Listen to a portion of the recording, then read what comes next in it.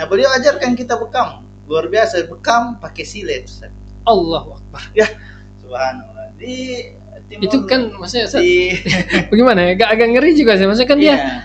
harusnya kan cuma sayatan kecil kan. Kalau silet bagaimana Ustaz? Nah, itu kan bahkan ada yang tidak boleh kita bekam. Oh, ada. Tidak semua orang boleh. Tidak kita semua bekam. orang bisa bekam Ustaz. Tidak semua orang. Bahkan kalau kita bekam nanti itu efek negatifnya lebih banyak daripada Mungkin maslahatnya. bisa antum Ustaz, kira-kira kalau untuk contohnya seperti apa yang orang bisa dan orang tidak bisa? Ya, contohnya kalau wanita yang baru hamil 1-2 bulan, nah itu kan tidak boleh kita bekam. Bisa keguguran, bisa. Bahaya. Perkembangan zaman sekarang kan bekam sudah banyak kemajuan. Nah, sekarang kita sudah pakai tusukan. oh ya, Bahkan jarum ya, ada pakai jarum. Bahkan ini bekam pakai listrik, tenaga listrik juga boleh. Nah, baru dengar itu Ustaz. Yuk, ada ini Ustaz Nah, sekarang. bagaimana itu Jadi kemudian? ya, cukup. Bismillahirrahmanirrahim. Alhamdulillahirabbil alamin wassalatu wassalamu ala nabiyil karim wa ala alihi wa sahbihi ajma'in. Allahumma 'allimna bima yanfa'una wanfa'na bima 'allamtana wa zidna 'ilman wa 'amalan khalisina liwajhik wa tub 'alaina innaka antat tawwabur rahim. Pemirsa yang sama-sama berbahagia, alhamdulillah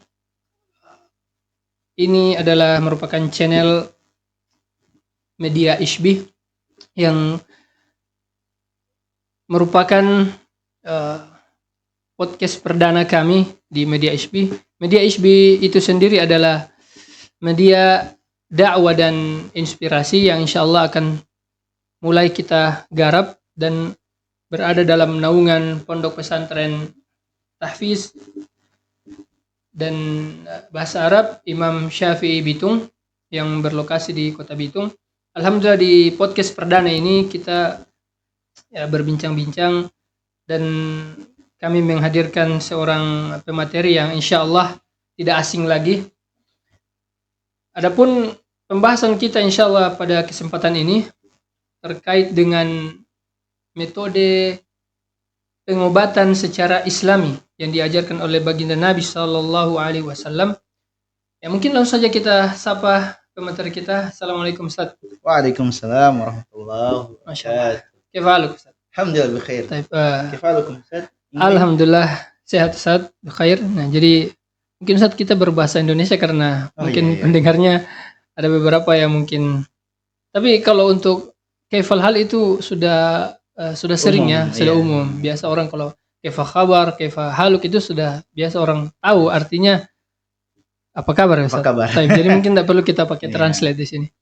Tapi Ustaz, jadi mungkin ada beberapa mungkin anak akan tanya terkait materi yang antum sampaikan. Sebelumnya mungkin akan kita dengarkan dulu lantunan ayat Al-Quran pilihan dari beberapa santri kami insyaallah yang A'udzu billahi minasy syaithanir rajim.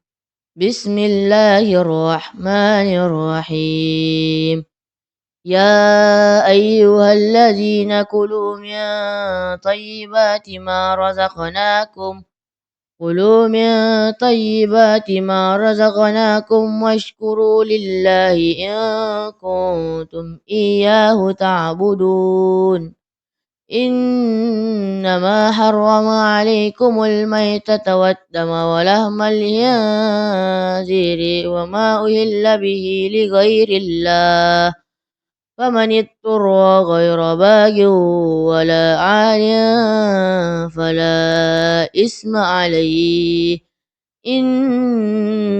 Innallaha ghafurur rahim. Baik, alhamdulillah kita telah mendengarkan lantunan ayat Al-Quran dari adik santri kami yang ada di Pondok Pesantren Tahfiz Imam Syafi'i Bitung.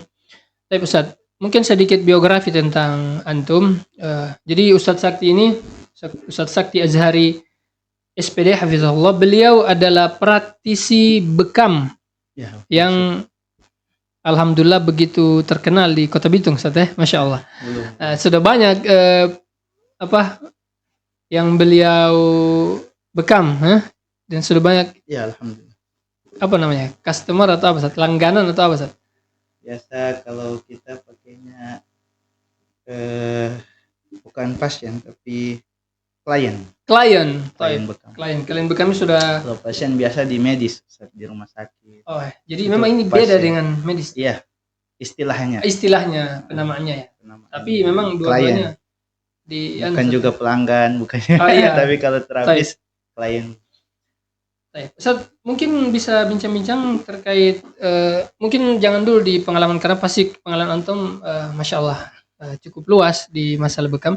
Mungkin kita sentuh masalah pandangan syar'inya atau seperti apa, atau mungkin antum akan ada penjelasan mungkin secara meluas tentang pengobatan. Mungkin waktu anak berikan kepada antum. Syukran Ustaz Ingwi, jazakallah khair wa barakallahu fiik, masyaallah. Alhamdulillah. Wassalatu wassalamu ala nabiyil Mustafa wa ala alihi wa ashabihi ajmain, amma ba'd. Alhamdulillah, untuk kesempatan kali ini Allah Subhanahu wa taala berikan kita kesempatan sehingga dengan adanya media ISBI ini kita bisa memberikan edukasi, ilmu-ilmu yang insya Allah bermanfaat bagi kaum muslimin terkhusus dan bagi hamba-hamba Allah Subhanahu wa taala. Adapun pembahasan yang diamanahkan kepada kami ini kaitannya dengan pengobatan. Apalagi kita Ustaz di Bitung ini masya Allah, kalau kita lihat luar biasa bagian-bagian kesehatan, bagian-bagian pengobatan yang sangat dibutuhkan oleh masyarakat Kota Bitung, sehingga terlihat bagaimana banyaknya rumah sakit, banyaknya pengobatan yang itu sebenarnya dalam agama Islam sudah ada rujukannya. Karena Islam itu bukan hanya agama yang mengatur bagaimana kita sholat, bagaimana kita puasa, rukun-rukun iman, rukun Islam bahkan menyeluruh. Sehingga Nabi SAW diutus kepada kita. Sayang kalau kita cuman mengambil sedikit dari sisi kehidupan Nabi, terkhusus ya kalau kita lihat bagian ibadahnya. Nah, tapi kita menyampingkan bagian-bagian yang lain. Dalam kasus ini kesehatan yang Nabi SAW dalam sejarah yang kita pelajari itu merupakan manusia yang luar biasa. Kesempurnaan dari segi manusia, kalau kita lihat riwayat sakit beliau itu adalah 2 kali selama beliau hidup itu.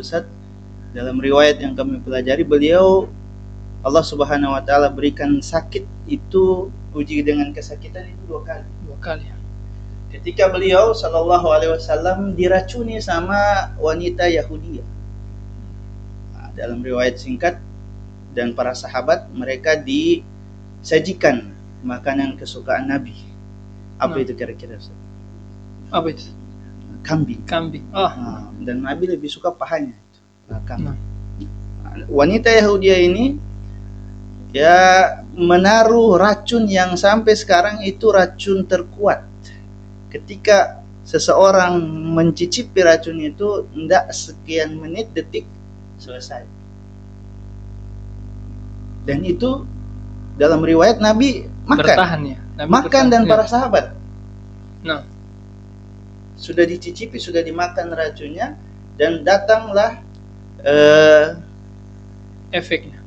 efek kemudian petunjuk dari Allah Subhanahu wa taala bahwa di situ ada racun. Apa yang terjadi? Beliau langsung tidak hanya berdoa, bahkan beliau langsung mencari pembekam. Nah, karena beliau punya terapis khusus. Ya. Terapis khusus yang ketika beliau butuh, beliau panggil. Nah, beliau langsung melakukan pembekaman dan dibekam di titik namanya itu titik Al-Kahil. Ya. Di titik Al-Kahil inilah titik yang mengeluarkan racun racun yang luar biasa itu, Ustaz.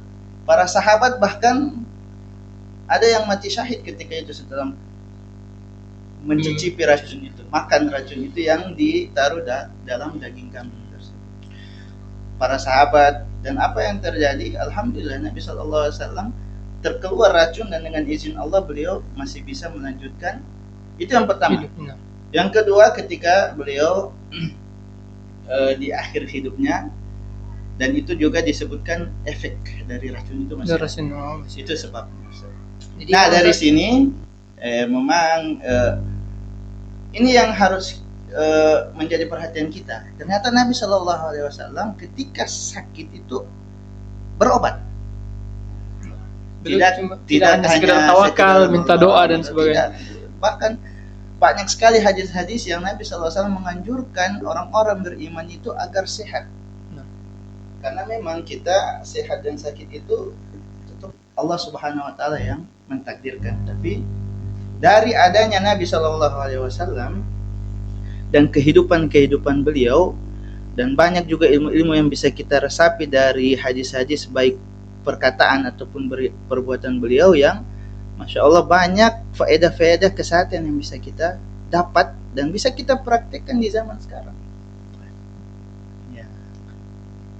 Jadi memang secara umum bahwasanya harusnya kita mencontoh Nabi Sallallahu Alaihi Wasallam. Mungkin betul. Ini anak ambil dari kesimpulan dari pendapat antum tadi, penyampaian antum bahwasanya memang kita tidak hanya sekedar mengambil apa yang Nabi Sallallahu Alaihi Wasallam tuntunkan dalam segi akhiratnya saja, namun keseluruhannya. Betul. Sebagaimana kan firman Allah Subhanahu wa taala, "Qad kana lakum fi Rasulillahi uswatun hasanah." Memang itu secara menyeluruh, mencakup dunia dan akhirat, kemudian termasuk juga kesehatan dan cara berobat beliau sallallahu alaihi wasallam.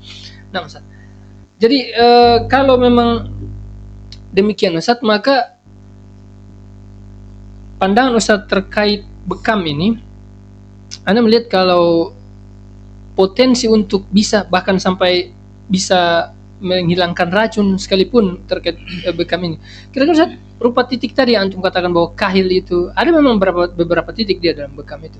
Iya, kalau titik-titik yang disebutkan dengan titik sunnah, maksudnya itu titik pembekaman yang Nabi SAW pernah berbekam di titik tersebut, atau Nabi SAW mengarahkan agar berbekam di titik akan ada manfaat demikian.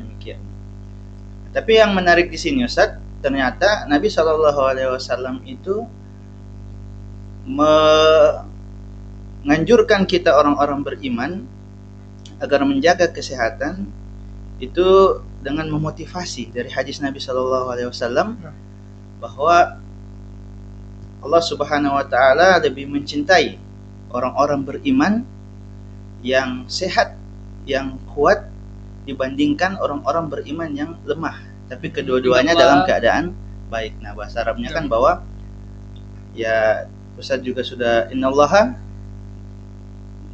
ahabba al-mu'minul qawi khairun minal wa ahabbu ilallah minal mu'minil dhaif. Kama qala sallallahu alaihi wasallam.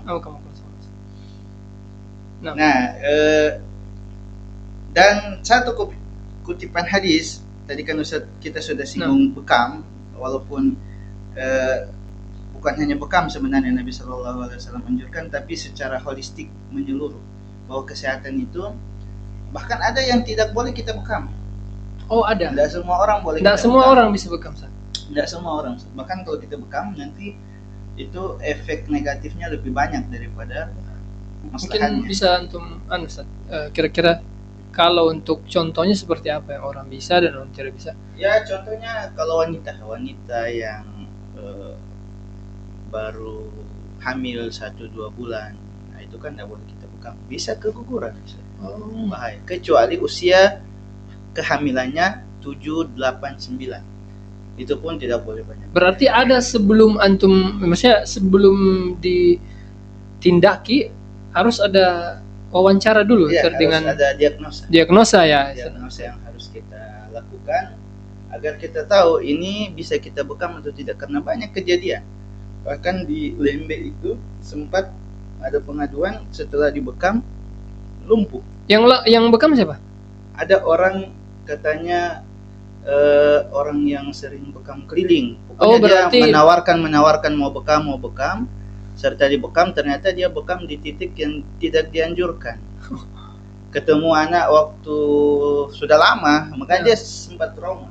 Nah, tapi setelah dibekam, dikasih edukasi, ya baru. Nah, inilah ya pentingnya kita untuk mempelajari. harus mempelajari Ustaz. Iya, tidak hanya otodidak. Baik. Tapi ini Ustaz menarik di pengobatan Nabi Shallallahu Alaihi Wasallam tadi dalam hadisnya Rasulullah SAW bersabda, "Asyifa'u fi thalatha." Kesembuhan itu kata Nabi ada dalam 3 hal.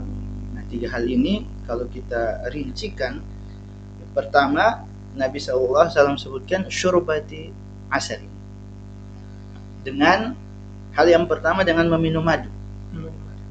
Dan subhanallah, madu ini luar biasa.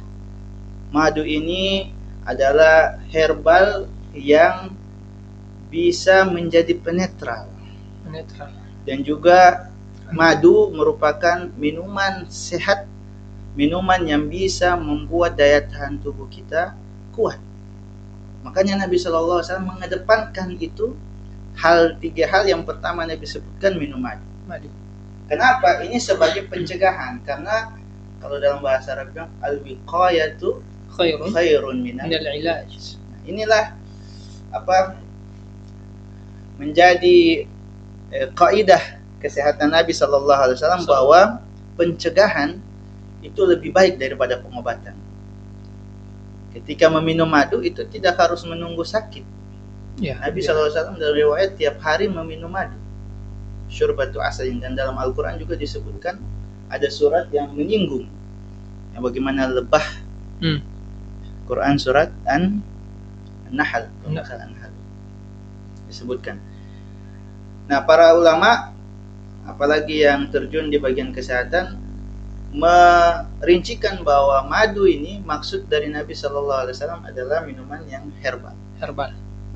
Dan juga boleh kita minum dengan minuman-minuman yang ininya pengobatan sebagai pencegahan kita dari beberapa penyakit. Yang kedua baru kalau tanya mungkin tuh, kalau untuk madu sendiri dari segi medisnya ada yang pakai nggak? Maksudnya di luar dari herbal?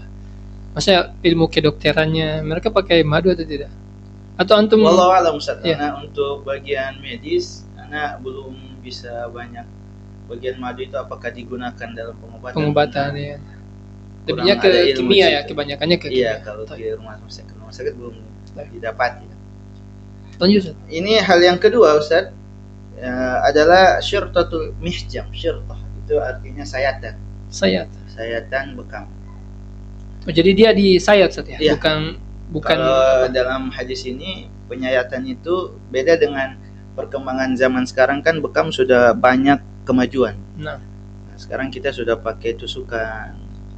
Jarum pakai jarum. Bahkan ini bekam pakai listrik, tenaga listrik juga boleh. Baru dengar Ustaz. Iya, ada ini Ustaz sekarang. Bagaimana itu hukumnya? Jadi cukup nanti yang menarik itu listriknya itu menarik dia enggak secara tangan kita tarik, tapi dia menariknya dengan tenaga elektronik begitu. Elektromagnetik atau apa itu Anda tahu. Nah, tapi di sini Nabi Sallallahu Alaihi Wasallam dalam kutip syirtah sayatan bekam ini menandakan bahwa pengobatan bekam itu bukan pengobatan yang digunakan harian. Pengobatan bekam itu ada tahapan-tahapannya. Ada yang boleh dibekam 1 bulan 1 kali, ada bahkan yang seminggu sekali. Nah, boleh, ada yang mau bekam, kita datang bekam, besok dia minta lagi bekam, kita bekam. Nah, ini jadi mencederai. Apalagi kan uang kan masuk. Waliyadillah itu. Karena kita mau mengedukasi para pemirsa dan kita semua di sini bahwa ini sebenarnya ada anjuran dari agama kita. Jadi kalau kita berbekam, kalau kita minum madu, dan yang ketiga ini ada kita singgung kai'atinar.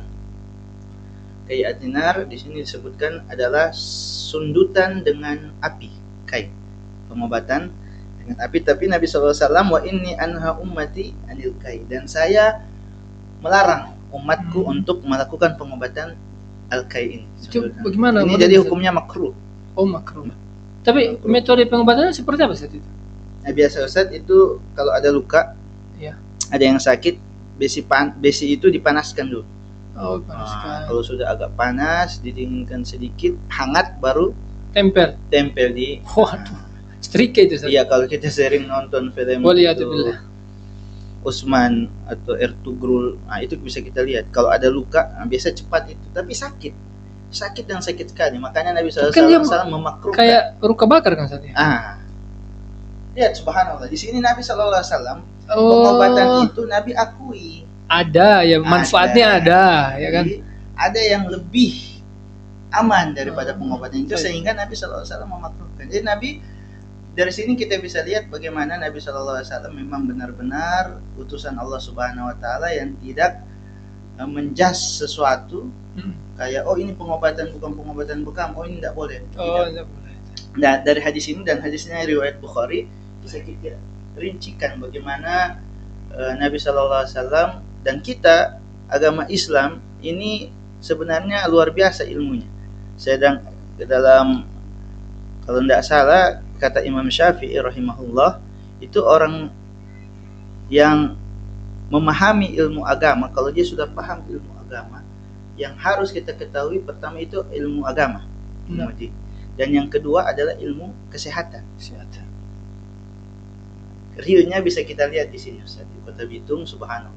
Ini banyak orang yang luar biasa pahamnya tentang agama, bahkan ya taat.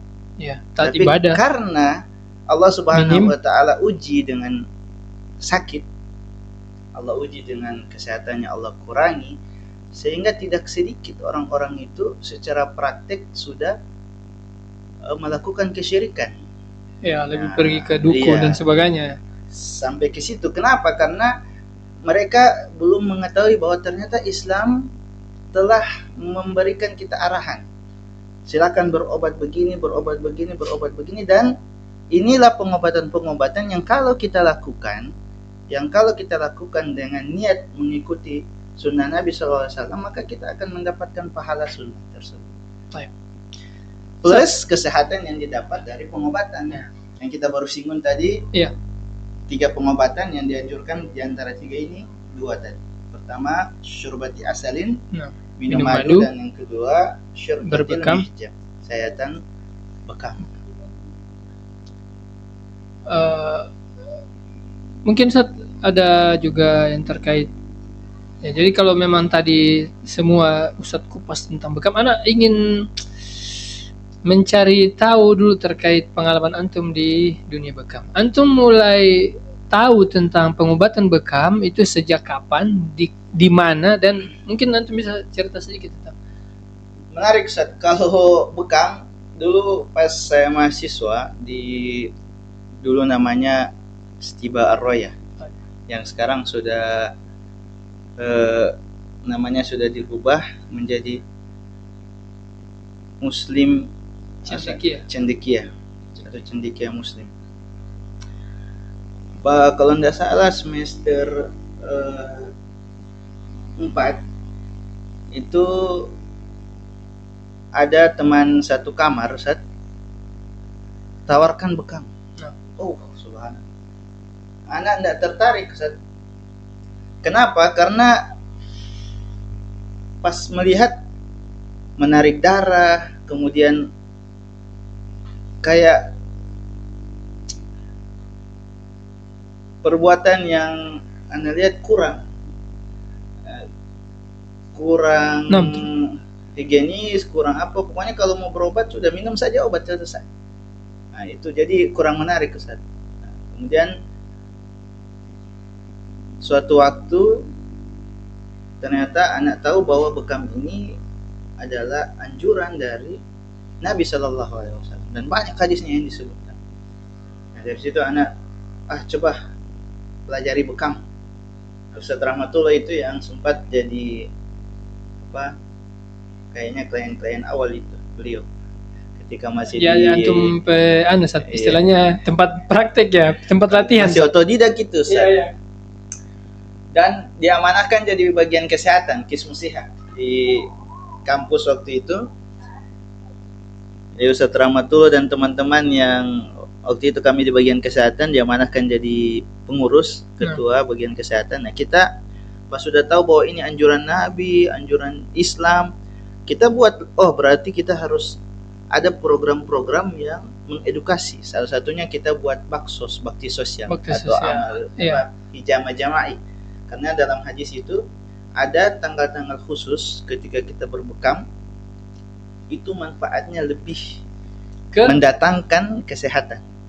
Itu kalau tanggal 17, 19, tanggal 21, tanggal-tanggal di pertengahan bulan Hijriah. Ketika kita melakukan bakti sosial di kampus waktu itu, hari Jumat, nah tiba-tiba datang yang Masya Allah ini pelatih kami yang sekarang sudah jadi profesor, Dr. Nursiami Rahmat Prihantoro, dulu disebut dengan Rahmat Bekam. Nah, beliau karena kantornya saking sering membekamnya. Iya. Bukan hanya membekam, mungkin bukan namanya, tapi dia ingin branding bahwa dia ini pembekam, jadi Rahmat Bekam. Nah, Masya Allah itu anak dapat waktu mengantar ke rumah sakit dekat Cibadak, namanya Rumah Sakit Sekarwangi kalau tidak salah itu apa. Pas anak datang di jalan Ustaz dapat kartu nama beliau. Wah, memang Allah jalannya langsung Allah. Ya Allah, bisa enggak ketemu sama orang ini? Masya Allah. Nah, subhanallah. Ternyata beliau datang di hari Jumat, kan kita di kampus nggak boleh keluar masuk waktu itu. Datang, lihat, kenapa ini siswa-siswa jidatnya itu ada bekas bekam? Iya. Oh, jadi waktu itu memang belum belajar dari beliau ya. Jadi otodidak ya. Otodidak ngeri juga Ustaz ya. Untung Ustaz Rahmatullah enggak. Bahkan sebelum otodidak Ustaz, kita pernah belajar dulu sama syekh kita yang dari Mesir, namanya Syekh Toha. Syekh Toha. Dia tahu itu Syekh Toha yang tinggi. Hafizallah. Dari Mesir. Hafizallah. Nah, beliau ajarkan kita bekam. Luar biasa, bekam pakai silet Ustaz. Allahu Akbar. Ya, subhanallah. Di timur, itu kan maksudnya bagaimana ya? Agak ngeri juga sih. Maksudnya kan dia harusnya kan cuma sayatan kecil kan. Kalau silet bagaimana Ustaz? Nah, itu kan sebelum kita paham bekam secara kesehatan medis dan lain sebagainya, beliau ajarkan. Kan silet tidak steril juga kan maksudnya? Yang baru. Yang baru ya. Yang baru dan kita belum tahu ternyata tidak boleh. Iya, baru maksudnya kan ini bukan memang untuk medis kan? Iya, betul. Silet kan Nah, kita bekam, kita belajar dari beliau karena belum ketemu Ustaz Rahmat waktu itu. Prof Rahmat belum ketemu. Jadi kita belajar dari situ bekam. Beliau ajarkan begini tarik apa semua. Alhamdulillah dapat ilmu. Ketika beliau datang di waktu itu, kita adakan bekam bersama di jamaah-jamaah. Baru beliau jadi pematerinya. Tidak, itu praktiknya. Beliau itu mengajarkan dosen-dosen di sana. Ya, kita mahasiswa enggak kenal. Tiba-tiba saya dipanggil. Antum karena waktu itu ketua kan siapa yang nguruskan? Ustaz, ada ketuanya ini. Masya Allah. Saya dipanggil. Wah, kesempatan dong itu Ustaz ya. Selain kesempatan dipanggil, ditanya-tanya, antum melakukan ini kenapa Masya Allah. Antum. Nah, dipanggil saya untuk ikut pelatihan dengan para dosen waktu itu. Jadi antum talaki langsung dengan masternya kalau gitu ya. Iya, waktu itu awal-awal ketemu Ustaz, di situ baru dinasihatin. Ini bagus. Tapi alangkah bagusnya kita tahu ilmu-ilmunya, jangan hanya secara otodidak. Oke, dari situ kita mulai ajarin kerjasama. Itu tahun 2015 Ustaz.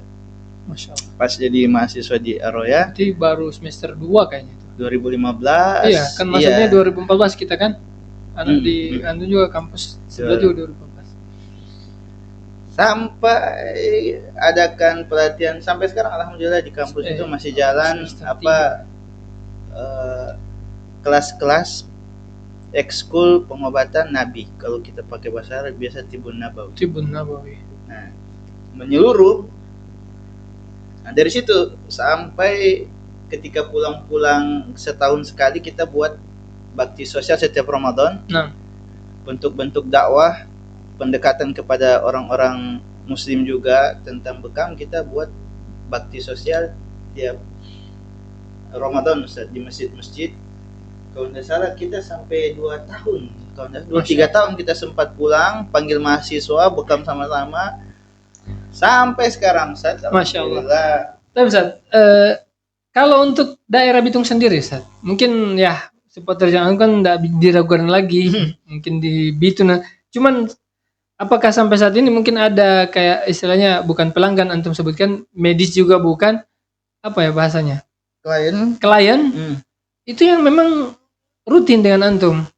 Kira-kira kalau antum bisa hitung berapa orang atau mungkin untuk dihitung sendiri daya tarik orang terhadap bekam itu bagaimana? Nah, kalau daya tarik, kita Iya. ke daya tarik ini masih terbilang kurang. Nah. Itu penyebabnya karena kurangnya edukasi tentang bekam. Seakan-akan bekam itu terlihat adalah hal-hal yang darurat saja. Nah, ketika butuh bekam, kita bekam baru. Jadi bekam ini Ustaz, dia ada fungsi preventif, ada juga untuk kuratif, ada juga bekam dengan fungsi untuk rehabilitasi. Ada pertama pencegahan. Nah, jadi bekam untuk pencegahan itu bisa kita lakukan tiap 1 bulan 1 kali. Mau sakit atau tidak kita bekam. Yang paling lambat itu 3 bulan sekali bekamnya. Itu karena usia darah kita itu 120 hari akan ada regenerasi sel darah merah. Oh, untuk sebabnya itu kenapa sampai dia boleh 3 bulan sekali? Itu tadi Ustaz, usia darah. Oh, usia darah. Jadi darah kita ketika Allah Subhanahu wa taala jadwalkan itu beregenerasi bertukar ketika 120 hari. Kalau tidak salah itu berapa bulan Ustaz? Iya, 3 bulan. 1 bulan, iya 3 bulan. Makanya kenapa kita donor darah tidak boleh tiap bulan? Iya. Karena itu sel darah merah kita terganti. Oh iya, maka harus 6 bulan ya, kalau untuk medis 3 ya. bulan. Kalau donor darah. Oh iya, 3 bukan 6 Ustaz. Bukan yang 3 bulan. Oh, 3 bulan. Baru kita bisa berdonor. Donor. Yang kedua itu bagian pencegahan ini yang kadang-kadang kita karena kurang, ternyata bekam itu ada anjuran. Bahkan Nabi SAW dalam hadisnya itu banyak hadis tentang bekam. Yang saya juga inna afdala ma tadawaitum bihi al-hijam. Nah, sebaik-baik pengobatan yang kalian lakukan adalah dengan berbekam. Tapi kalau misal kan ndak langsung bisa bekam kan, maksudnya harus di kayak tadi seperti diagnosa dulu. Jadi antum itu harus ndak boleh makan dulu anak dengar dan sebagainya. Itu maksudnya kenapa sampai seperti itu spesifiknya? Maksudnya kenapa itu orangnya itu kalau mau dibekam dia harus tidak makan dulu atau makan minimal berapa jam? Karena prosesi bekam Ustadz, dia bagi tubuh itu hal yang luar biasa. Karena kita terlihat biasa-biasa saja berbekam. Tapi bagi tubuh ketika ditaruh kop kemudian dibuat penarikan, nah itu luar biasa mereka responnya. Darah-darah yang aktif, darah-darah yang saraf-saraf itu kayak bangkit kembali. Sehingga ketika kita makan kemudian langsung berbekam, itu rentan orangnya itu muntah kalau kekenyangan. Kalau dia memang lapar sekali kemudian kita bekam, karena darah itu dia menyimpan energi. Ketika kita tarik bekam, drop, pingsan. Nah itu. Tapi sampai fatal enggak? Maksudnya ada yang mungkin bahkan dilarikan ke rumah sakit sampai meninggal Ustaz. Ketika dia berbekam tapi tidak sesuai dengan SOP-nya. Berbekam di atas jam 11 malam, kemudian habis berbekam minum minuman yang tidak sehat. Itu sempat ada kejadian bahkan meninggal itu. Ada yang lumpuh.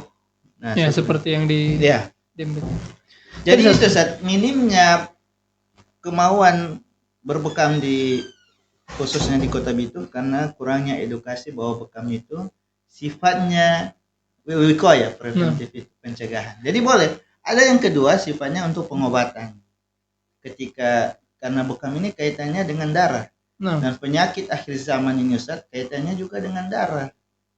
Itu gula tinggi, asam urat, ginjal ya, kebanyakan juga ginjal, stroke. Nah, jadi sangat sayang kita kalau menganggap bekam itu cuma mengeluarkan darah kotor. Padahal banyak sekali manfaatnya, bisa juga mengembalikan fungsi-fungsi organ yang menurun. Mengaktifkan saraf-saraf dan lain sebagainya. Kalau misal yang anak mau tanya terkait pengalaman antum, ada enggak kira-kira klien antum yang mungkin beliau dari sakit entah dia sakit apa, mungkin stroke dan sebagainya. Kemudian ikhtiar dengan pengobatan bekam ini, dan alhamdulillah Allah sembuhkan lewat itu. Mungkin ada pengalaman antum yang itu. Yang paling dekat teman kita Ustadz Rifai. Oh, Ustaz Rifai, masya Allah. Beliau mah akut. Ma'akut.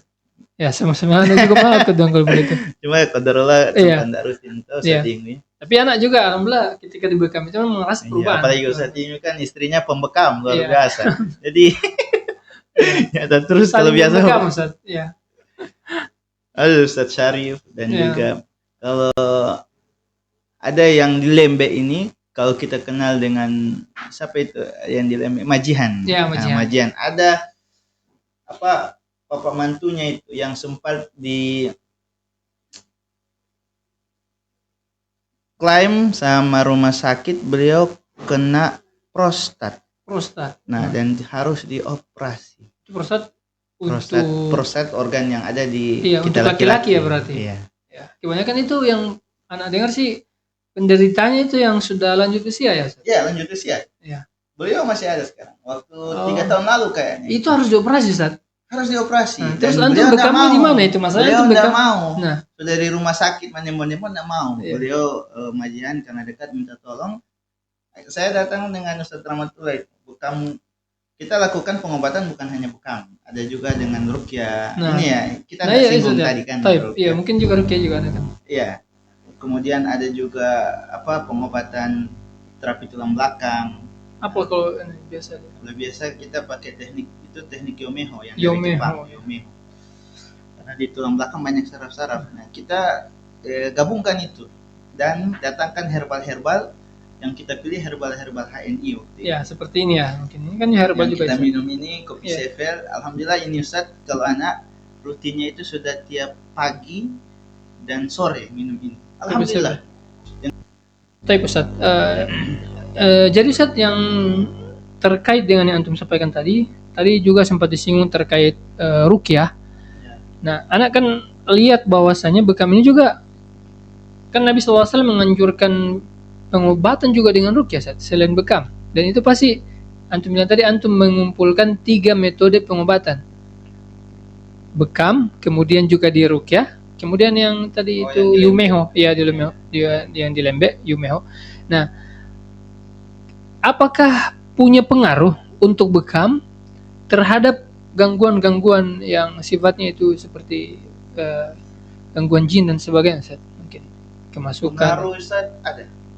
Pengaruh dari kalau Al-Qur'an, kita bicara Al-Qur'an itu tergantung juga keyakinan kita dengan Al-Qur'an. Orang ada yang bilang semua bisa meruqyah, benar, semua bisa meruqyah, tapi tergantung dari pengalaman dan keyakinan dia dengan Al-Qur'an. Kalau kita bahas ruqyah, karena Al-Qur'an bukan hanya sekedar ayat-ayat yang kalau kita baca berpahala, tapi juga di situ ada kesembuhan. Dalam hadis itu disebutkan juga inna syaiton yajri majrad dam. Hancur. Sesungguhnya syaiton itu mengalir sepanjang aliran darah kita. Kaitannya dengan bekam, dan sudah pernah pengalaman kami Ustaz ketika berbekam, kemudian orang yang dibekam ada gangguan jin, Nah. maka bereaksi. Bahkan yang pertama anak itu langsung ketika di kampus di Arroya waktu itu berbekam di titik umum Bugis. Titik umum Bugis itu titik yang satu titik yang dimana dalam hadis disebutkan menyembuhkan 101 penyakit. Letaknya di atas kepala sini Ustaz, di tengah-tengah. Berarti itu rambutnya gimana, Ustaz? Nah, biasa kita untuk mengefektifkan proses berbekam kita cukur Cukur. di sini dan kita bekam. Itu Dan yang dia ya, sudah berulang kali bolak-balik rumah sakit. Kata ternyata dokter sudah semua aman, semua bagus. Nah, kita bekam waktu itu di asrama. Bekam di titik umum Bugis langsung bereaksi. Padahal dia sering ngaji, kan namanya di kampus tuh belajar bahasa Arab. Tapi ternyata pernah belajar bela diri yang diisi dengan ilmu-ilmu ya jin ya. jin seperti itu. Ilmu-ilmu Jadi kebal. memang bukan Pas karena dibekam antum langsung bereaksi. Jadi langsung kayak kemasukan, langsung kayak kayak ada di yang ruqyah keluar, ada seperti yang itu. keluar. Oh, Ya, seperti karena itu. ketarikan Ustaz. Iya. Dan di sini memang kata Nabi ini bisa menyembuhkan sihir. Jadi jin-jin yang tidak mau keluar, biasa dengan bekam itu keluar dengan paksa. Karena mereka kan di darat. Itu daerah ubun-ubun. Iya, kepala ya. umumugis namanya, titik umumugis. Kenapa sampai ada riwayat umum? Maksudnya bahasanya Ya, itu dari mungkin bahasa ada kan, itu kan ibu. Ibu. Ibu kan pusat. Jadi pusat. Kita semua kan dari ibu kan, bukan dari ayah keluarnya. Jadi mugis itu penyakit Ustaz. Nah, jadi semua Ustaz penyakit sampai orang yang stroke pertama kita bekam di sini karena pusat penyakit sini Ustaz.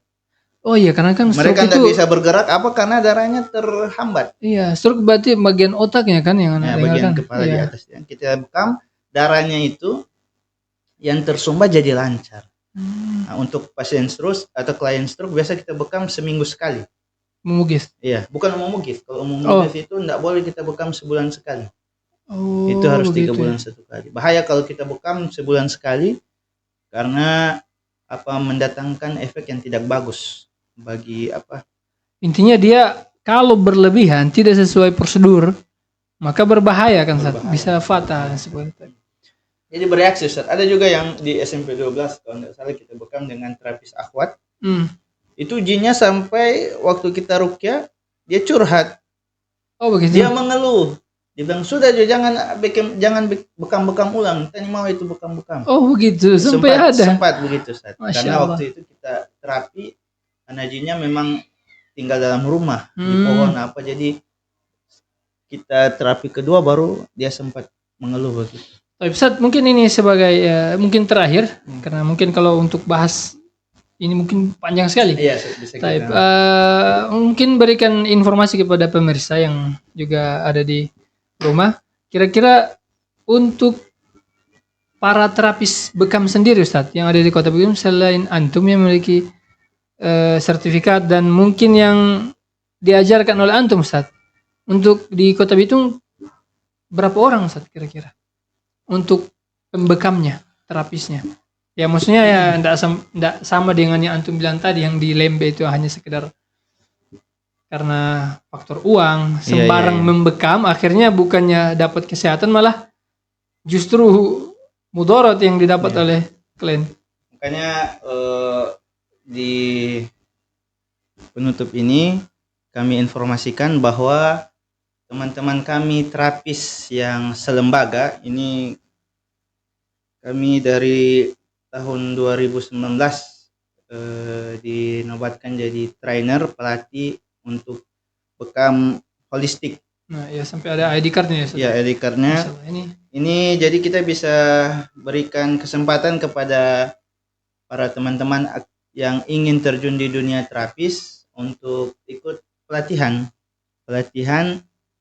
yang sudah dari 2020 kalau tidak salah kita mulai adakan pelatihan pertama, kedua, ketiga dan sudah ada terapis-terapis di Kota Bitung yang sudah terafiliasi dengan Lembaga Kesehatan Holistik Indonesia dan juga ini diakui oleh lembaga Indonesia kalau tidak salah BNSP itu yang memang ini sebagai payung hukum Ustaz. Memang bisa kita belajar bekam lewat YouTube, lewat otodidak bisa. Tapi ketika ini kalau bisa jatuh malpraktik dan bisa dipidanakan.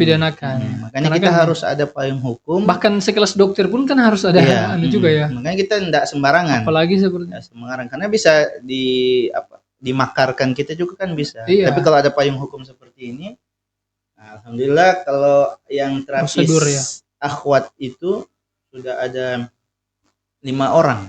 Iya. Itu yang aktif Ustaz atau yang aktif? Ya kadang-kadang kan komunikasi kita tidak sampai kamu berbekam di bagian mana belum Ustaz, tapi sudah pernah ikut pelatihan. Ada juga yang ikhwa sama juga kalau tidak salah yang sempat kami latih itu 5 orang. Baik Ustaz. Alhamdulillah Ustaz, mungkin ini sudah di penghujung pembahasan kita terkait bekam karena sudah lebih dari 1 jam mungkin. Masya Allah sangat bermanfaat dan mudah-mudahan ini bisa menjadi bekal utama kepada kita semua. Siapa saja yang ingin berbekam mungkin alangkah baiknya dia mendengarkan podcast ini lebih dahulu biar lebih matang ya Ustaz ya. Dan mungkin untuk daerah Bitung sekitar yang ingin bekam, Ya. bisa nanti hubungi Ustadz kita di sini, Ustadz Sakti Azhari, yang mungkin bisa juga langsung datang ke pondok kami, Ustadz, kan? Bisa. Di SMP 12, Pondok Pesantren Imam Syafi'i, Bitung. Alhamdulillah. Nah, Ustadz, mungkin sebagai penutup, kami menyampaikan banyak terima kasih kepada pendengar yang sudah bersama dengan kami dari awal sampai akhir. Sekiranya ada dari podcast ini kekurangan, maka kami sangat memohon untuk dimaklumi karena adalah perdana kita, dan semoga ini menjadi media wasilah dakwah kita di Kota Bitung dan sekitarnya, dan juga menyebarkan ajaran baginda Nabi Sallallahu Alaihi Wasallam. Mungkin satu sekedar, maka kita tutup dengan melakukan doa kafaratul majlis. Subhanakallahumma wa bihamdika asyhadu an la ilaha illa anta astaghfiruka wa atubu ilaik. Assalamualaikum warahmatullahi wabarakatuh.